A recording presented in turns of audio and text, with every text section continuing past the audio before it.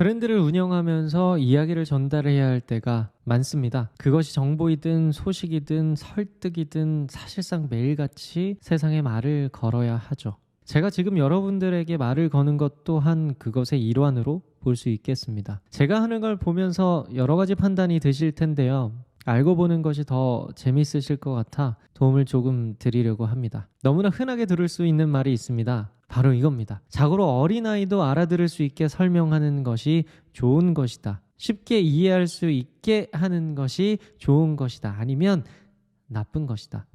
여러분의 생각은 어떠세요? 저는 분명하게 이해하고 있습니다. 저 주장들이 맞는 말이긴 하지만 모두를 위한 것은 아니라고요. 지금까지 너무나 사회 보편적으로 전해져 온 강압적으로 따라야만 하는 당연한 이야기여서 무작정 따르셨을 수도 있는데요. 혹시 저 주장에 대한 개인적인 고찰이나 의문을 가져본 적은 없으신가요? 친구들끼리 대화할 때 누구나 알아들을 수 있도록 했었는지 아니면 정반대로 우리끼리 알아들을 수 있도록 했었는지 지난 학창 시절을 되돌아보면 생각이 달라지실 수도 있습니다. 어른들이 학생들의 대화를 이해하기 위해 그들만의 단어를 공부하는 현상을 보면 답은 후자라는 걸 어렵지 않게 찾을 수 있죠.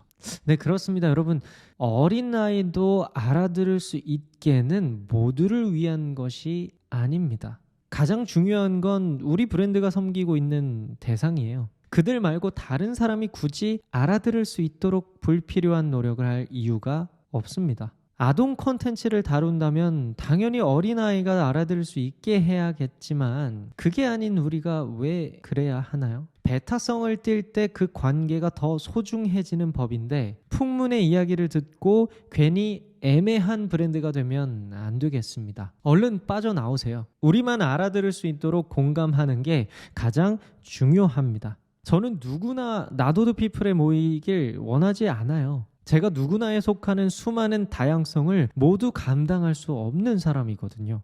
저는 저와 공명하는 분들과 작지만 깊은 관계를 맺어가고 싶습니다.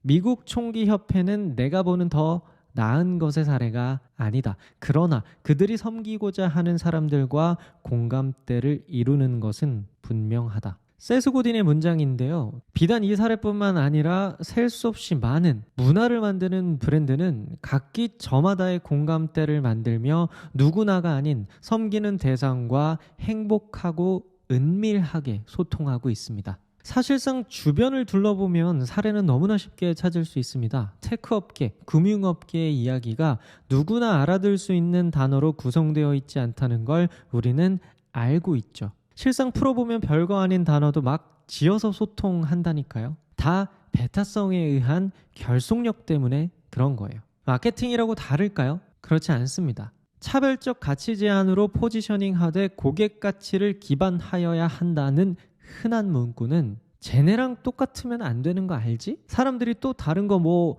구체적으로 원하는지 찾는 거 잊지 말고 이게 뭔 말인지 알지? 와 같은 말인걸요.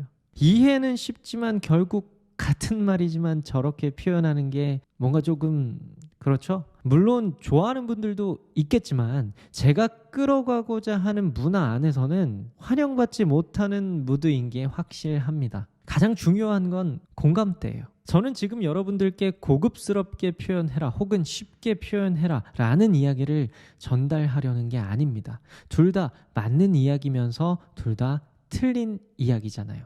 가장 중요한 건 여러분들의 브랜드가 섬기는 대상이 공감할 수 있는 문화를 만드는 것입니다. 저는 거꾸로 되묻고 싶어요. 여러분들이 끌어가고자 하는 문화는 어떻게 표현하나요? 그 문화에 속하지 않는 외부인의 이야기에 흔들리지 마시고 내부인을 지독히 섬기시길 바랍니다. 내부인이 아니라 외부인이 지적하는 거라면 지금 오히려 잘하고 계신 걸 수도 있어요.